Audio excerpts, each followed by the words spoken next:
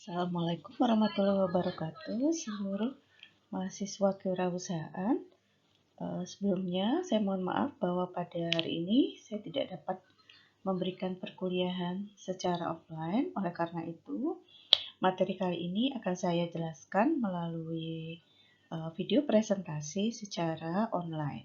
Ya, materi kita pada hari ini yaitu mengelola sumber daya manusia. Nah, pada materi ini nanti saya akan menjelaskan bagaimana sih proses ya dari mulai tenaga kerja atau sumber daya SDM ini kita rencanakan ya, berapa jumlah yang mau direkrut ya, lalu bagaimana penempatannya, lalu bagaimana program pelatihan dan pengembangan SDM-nya, lalu bagaimana kompensasinya hingga sampai tenaga kerja tersebut berhenti atau pensiun dari tempat kerjanya ya, atau dari tempat usaha kita. Jadi pada materi ini kita mencoba nih nanti untuk kira-kira apa sih yang kita butuhkan ya, langkah-langkah apa yang harus kita lakukan kalau kita nanti membuka usaha dari sisi SDM-nya. Apa saja yang harus kita persiapkan.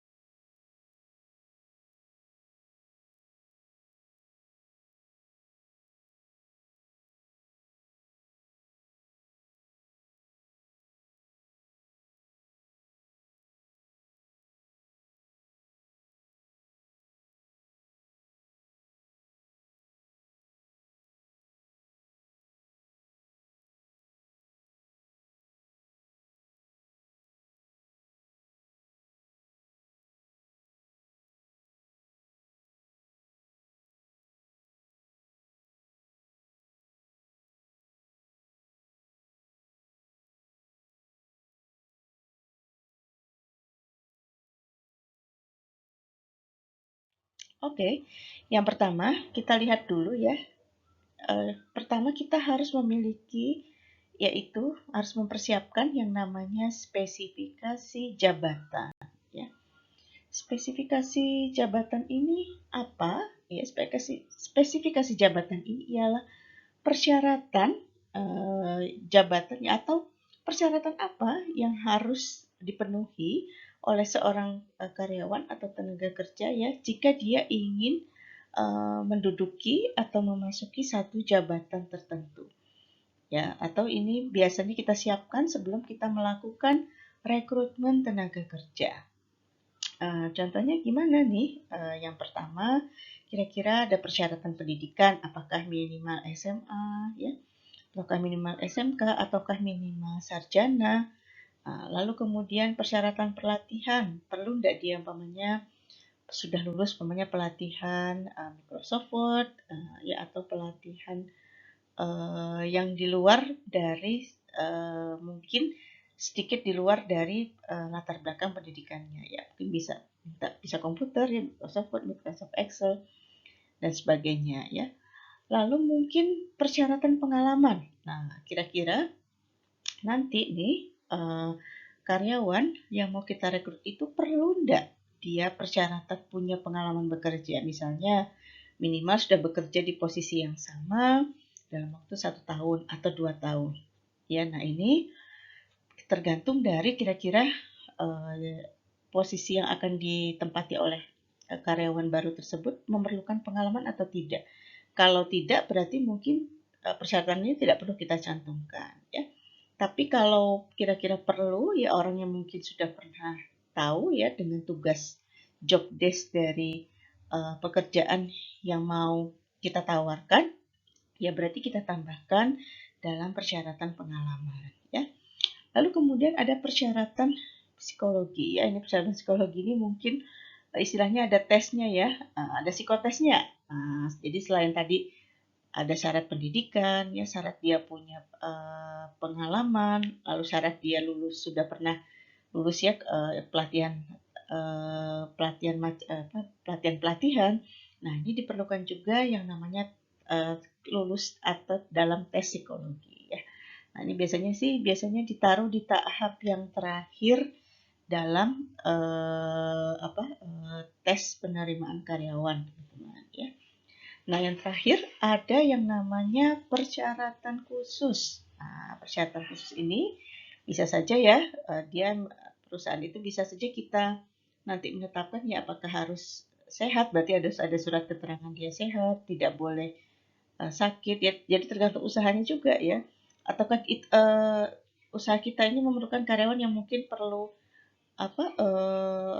karyawan yang dia punya mata yang bagus ya, tidak boleh memakai kacamata ya, atau matanya tidak boleh minus ya, seperti itu, atau tinggi badan tertentu ya. Nah, itu juga bisa ditambahkan di dalam persyaratan khusus. Oke, lalu kemudian tahap yang berikutnya ialah perencanaan SDM ya. Oke, kita lihat perencanaan SDM itu apa sih? Nah, ini mungkin teman-teman sudah pada tahu ya, karena mungkin sudah diulas di mata kuliah manajemen SDM. Perencanaan SDM ialah kegiatan merencanakan jumlah tenaga kerja yang dibutuhkan sesuai dengan analisis jabatan yang sudah dibuat, yang meliputi jumlah tenaga kerja yang dibutuhkan serta persyaratan yang diinginkan. Ya. Nah, kenapa sih kita kok perlu melakukan perencanaan tenaga kerja? Ya harus ya, supaya kita tahu nih kira-kira berapa sih kebutuhan karyawan yang diperlukan. Jangan sampai kita buka cabang banyak ya, tapi merekrutnya cuma sedikit. Atau kita merekrut terlalu banyak ya, padahal ternyata nanti penempatannya hanya di beberapa cabang saja gitu, cabang usaha kita. Lalu usaha kita belum perlu tenaga kerja banyak, tapi ternyata kita sudah melakukan rekrutmen secara besar-besaran misalnya. Nah, itu kan nanti menjadi tidak terencana ya, maksudnya perencanaannya akhirnya karena tidak terencana ya, akhirnya nanti akan berdampak pada sisi yang lain, namanya biaya ya, dan juga buat apa tenaga kerja terlalu banyak kan. Nah, akhirnya nanti tidak mereka bekerjanya pun produktivitasnya menjadi tidak terlihat atau tidak bagus ya, tidak efisien juga untuk perusahaan ya. Oke, lalu kemungkinan adanya karyawan yang pensiun atau yang keluar ya, mungkin aja ada yang pensiun, ada yang resign ya. Nah, itu kan harus ada gantinya. Nah, makanya kita harus ancang-ancang nih perencanaan sumber daya itu untuk menjaga-jaga ya. Kalau nanti pada satu periode tertentu ada karyawan yang sudah akan pensiun, kalau pensiun ini bisa kita prediksi ya, teman-teman, itu bisa kita cek ya karyawan kita nanti umurnya berapa, kira-kira dia akan pensiun umur berapa. Nah, itu kita bisa merencanakan, oh kira-kira kita perlu penggantinya nih nanti 2 tahun lagi, 1 tahun lagi ya. Nah, penggantinya seperti apa. Tapi kalau juga harus jaga-jaga nih, kalau nanti terjadi karyawan yang resign ya, atau dikeluarkan oleh perusahaan ya, serta pertimbangan-pertimbangan lainnya. Oke, setelah ada perencanaan, maka dilakukanlah pengadaan karyawan ya, atau pengadaan tenaga kerja. Ini merupakan upaya untuk memperoleh jumlah dan jenis tenaga kerja yang tepat ya, untuk memenuhi kebutuhan organisasi dalam upaya mencapai tujuan yang telah ditentukan ya. Proses ini dimulai dari rekrutmen ya, atau penarikan ya. Jadi ini pertama kita rekrut dulu nih, cari calon karyawan ya. Carinya macam-macam nih, tenaga kerja atau karyawan itu bisa berasal dari internal, bisa berasal dari eksternal. Nah, kalau dari internal berarti dalam perusahaan itu sendiri, misalnya ada yang promosi naik jabatan ya, atau umpamanya mutasi ya, pindah jabatan ya, jadi dari satu jabatan dia pindah ke jabatan yang lain karena ada kekosongan mungkin ya. Nah, kemudian bisa juga didapatkan dari sumber eksternal ya. Macam-macam, bisa aja kita bikin iklan kan, dibutuhkan ya. Biasanya di iklan lowongan pekerjaan nih teman-teman yang dibutuhkan umpamanya ya sales ya, atau dibutuhkan umpamanya koki ya kalau kita restoran mungkin ya, dan sebagainya ya. Bisa juga kita menghubungi institusi ya, umpamanya teman-teman yang nanti punya usaha bisa nanti kontak Unikal ya. Nah, umpamanya nanti sudah lulus kontak ke Unikal ya. Nanti di Unikal ditanya ada enggak nih alumni-alumni dari Fakultas Ekonomi ya, Prodi Manajemen yang nanti bisa bergabung di usaha saya. Boleh itu bisa ya kerjasama dengan institusi. Lalu bisa juga kita ikut di Bursa Tenaga Kerja. Ya, Bursa Tenaga Kerja itu nanti kan gabungan ya pada beberapa perusahaan yang mereka istilahnya menawarkan lah lowongan-lowongan yang nanti pesertanya juga akan banyak kan itu yang datang, kemungkinan mendapatkan karyawannya juga relatif bisa lebih banyak pilihan ya seperti itu. Nanti kalau sudah kita rekrutmen, ya lalu kemudian apa yang kita lakukan? Rekrutmen ya umpamanya kita sudah mengumumkan ya, atau kita datangin lembaga pendidikan ya umpamanya ke alumni nih, alumni ya, teman-teman udah lulus datangi Unikal, lalu dikirimlah sama Unikal atau ada yang mengirim lamaran ya melalui karena iklan yang sudah kita pasang ini, melamar ya untuk jabatan yang sudah kita tawarkan ya. Mereka nanti kan ada beberapa seleksi dulu ya sebelum kita nyatakan diterima atau tidak ya. Tujuan seleksi apa? Supaya kita bisa menilai kira-kira yang melamar ini tepat nggak untuk menduduki jabatan tersebut ya. Oke, proses seleksi dimulai dari pertama kita seleksi dulu nih, seleksi administratif teman-teman. Itu seleksi surat lamarannya dulu ya, kan kita kan biasanya mencantumkan mungkin ada minimal IPK ya, lalu kemudian minimal tingkat pendidikan ya. Masuk enggak tuh, yang enggak masuk yang langsung kita singkirkan kita pilih ya, tidak kita pilih. Tapi yang masuk langsung kita pilih ya, yang masuk sesuai dengan persyaratan yang sudah kita tetapkan ya. Lalu kalau sudah, kemudian ada seleksi teman-teman ya, ada tes ya. Tesnya tuh macam-macam nanti ya. Bisa kita panggil ya calon karyawan tersebut ya. Lalu kita lakukan tes, lalu kita lakukan bisa tes tertulis dulu ya. Lalu kemudian ada wawancara ya. Jadi kalau sudah wawancara kemudian dilakukan psikotes. Nah, kalau sudah lulus semuanya, biasanya ini nanti setelah lulus semuanya terakhir adalah tes kesehatan ya. Jadi kadang-kadang bisa saja dia lolos ya di seleksi umum, di seleksi surat lamaran, gagal di tes umum ya. Yang lolos tes umum bisa juga gagal di wawancara. Yang sudah berhasil nih 3 tahap bisa juga gagal di psikotes. Yang sudah berhasil semua bisa juga ternyata kesehatannya kurang baik, akhirnya gagal di tes kesehatan. Oke, lalu kalau setelah karyawan itu kita terima, teman-teman langsung mau diapakan dia? Apa didiamkan saja? Ya enggak, ya kita latih dulu. Karena karyawan yang baru masuk itu biasanya mereka minim pengalaman ya, dan minim informasi tentang usaha atau perusahaan kita ya. Jadi kita harus kasih apa nih? Kasihkan informasi, berikan dia pelatihan apa sih yang harus dia lakukan ya. Apa sih tugasnya, apa sih? Itu harus kita kasih tahu ya. Kita kasih materi pelatihan apa yang memang diperlukan oleh karyawan tersebut ya.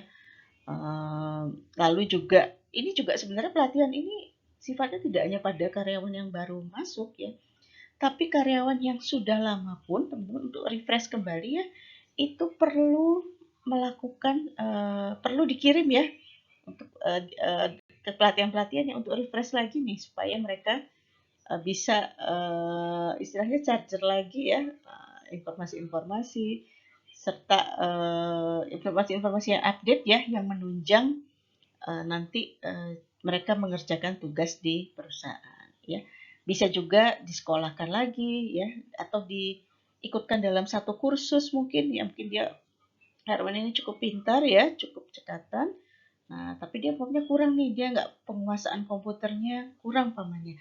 Itu bisa dikursuskan komputer ya untuk menambah kompetensinya sehingga bisa meningkatkan ya produktivitasnya di perusahaan.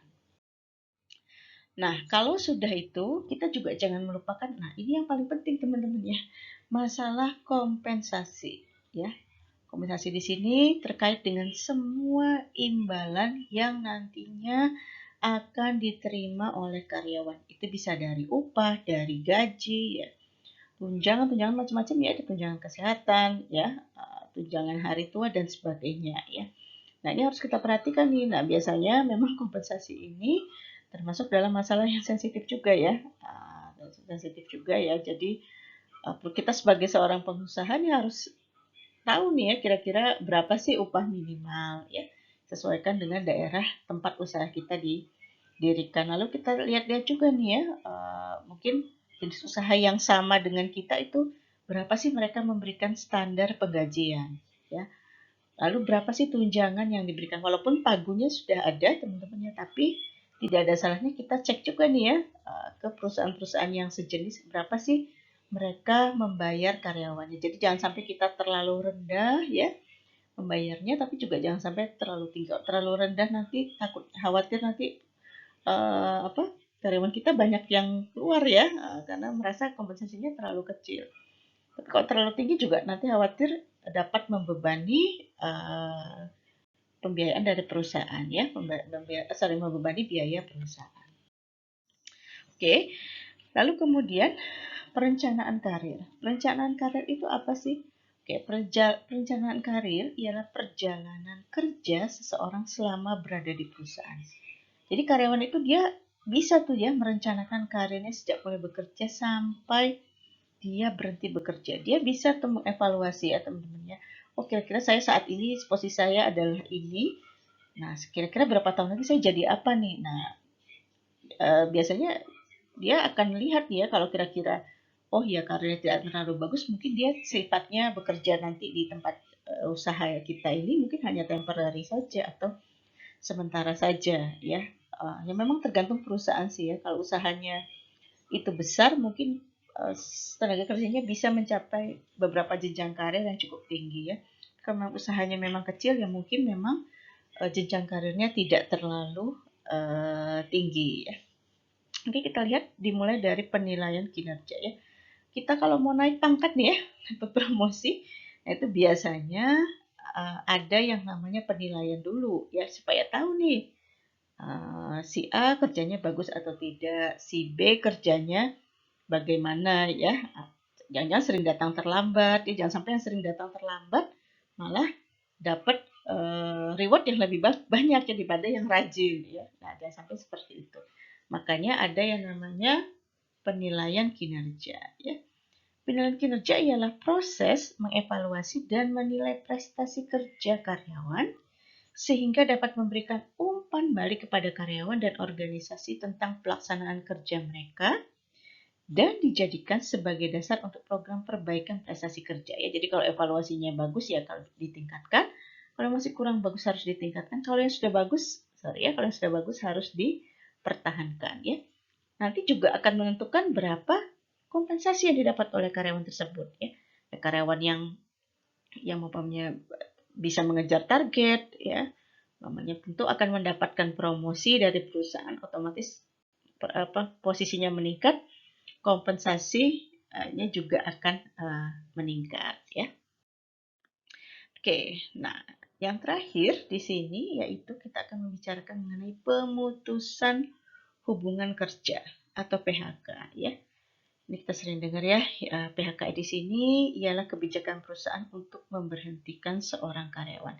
Jadi kalau sudah statusnya PHK berarti putuslah sudah seluruh hubungan karyawan tersebut dengan perusahaan. Ya. Pemutusan hubungan kerja ini bisa disebabkan oleh beberapa alasan. Nah, yang pertama, apa sebab ya?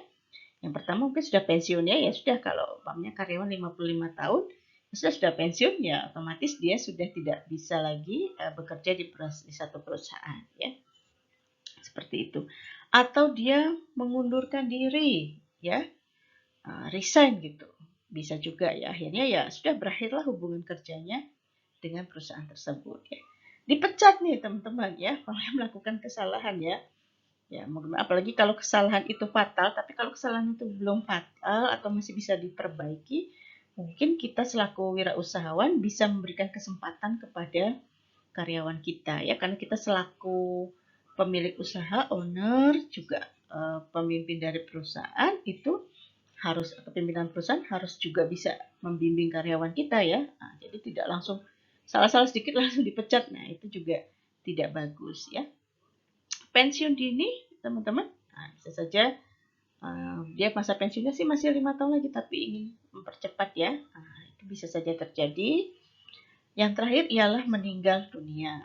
Kalau ini sih memang ya sudah otomatis, berarti dia putuslah seluruh hubungan kerjanya dengan perusahaan.